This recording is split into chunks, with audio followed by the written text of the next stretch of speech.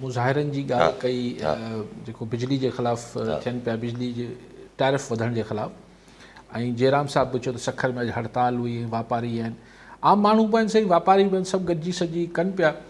लगाड़ी साहब चयो त ॿियनि मामलनि ते बि ॾिसो ईअं थींदो इहो ई आहे, माण्हुनि खे जॾहिं ॻच सूर हूंदा आहिनि, ॻच तकलीफ़ूं हूंदियूं आहिनि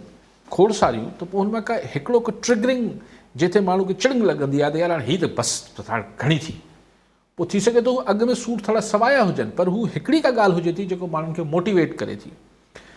असल जेको हींअर ही जेके मुज़ाहिरा ऐं हड़तालूं थियनि पियूं, उन ते तव्हांजी फेडरल हुकूमत बिल्कुलु क्लियर चई छॾियो आहे त बाबा बिल साड़ण सां या तव्हांजे मुज़ाहिरनि सां असीं न कंदासीं, असीं बिजली न कंदासीं सस्ती। साईं बि कंहिं ॻाल्हि कई त जयराम साहब त छा निगरान हुकूमत कंदी, ऐं काज़ी साहब छा थो चए, काज़ी साहब खे छॾियो, शमशाद साहिबा जेके तव्हांजी फाइनेंस मिनिस्टर आहिनि, उहो चई चुकी आहे त नो, असीं IMF सां नथा फिटाए सघूं, ऐं असांखे IMF इजाज़त ॾींदी त असीं कुझु सोचींदासीं, असां वटि सब्सिडी ॾियण जो, रिआयत ॾियण जो को असां वटि टके जो बि असां मां आसिरो न रखो, उमेद न रखो। त ॻाल्हि सिंपल थी वई त ही मुज़ाहिरा ऐं एहतिजाज थियनि पिया। इहे मुज़ाहिरा ऐं एहतिजाज अहिड़ा न आहिनि जो मुल्क चोक थी वियो हुजे। वरी चवनि था छंछर ते बि हड़ताल जी कॉल आहे, कराची में आहे, अलाए सॼे मुल्क में आहे, त उहो जमात इस्लामी ठीकु आहे। त हाणे ॻाल्हि इहा आहे त हू चवनि था तव्हां कंदा रहो, असीं निगरान हुकूमत आहियूं, असीं को IMF सां नई एग्रीमेंट करे नथा सघूं, असीं हिन सां हटी नथा सघूं। हाणे जेका अच्छा ही कुझु हड़तालूं, जेको मुंहिंजो ज़ाती ख़्यालु आहे, कुझु हड़तालूं ऐं कुझु मुज़ाहिरा जेके थियनि पिया,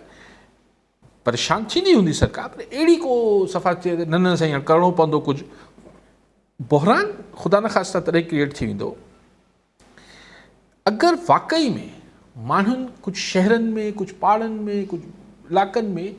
गरियल तौर चओ त अच्छा नथा ॾियो, बिजली कटे छॾियो, उहो हिकिड़ो पोइ छा हर माण्हू इहो अफोर्ड करे सघे थो? माण्हुनि जे घरनि में मासूम ॿार आहिनि, को बीमार आहे, कंहिंजो कारोबार आहे, चए त यार हाणे इहो त नथो करे सघां, त बिजली अच्छा पोइ बिजली कटणु ईंदा ही जेके हेस्को, सेप्को, के इलेक्ट्रिक फलाण, उते जेको ख़ुदा न ख़ास्ता को वॉयलेंस थियो ऐं कुझु हुते नुक़सानु थियो। सो ॻाल्हि इहा आहे त शयूं उहो चइबो न बॉइल त थियनि पियूं, सोसाइटी में शयूं बुड़ पाणी कंदो आहे, बॉइलिंग पॉइंट त आहे, पर अञा ग्राउंड ते कुझु थियो न आहे अहिड़ो जेके चइजे त तंहिंखां पोइ मामलात हथ मां ख़ुदा न ख़ास्ता निकिरी वञनि। अञा शयूं हिकिड़ो माण्हू पंहिंजी उॿार कढनि पिया, कावड़ कढनि पिया, बिल साड़ीनि था, एहतिजाज कनि था, दुकानूं बंदि कनि था, पर सरकार चई चुकी आहे असीं नथा कुझु करे सघूं, सिंपल पीरियड, कुझु नथो थी सघे।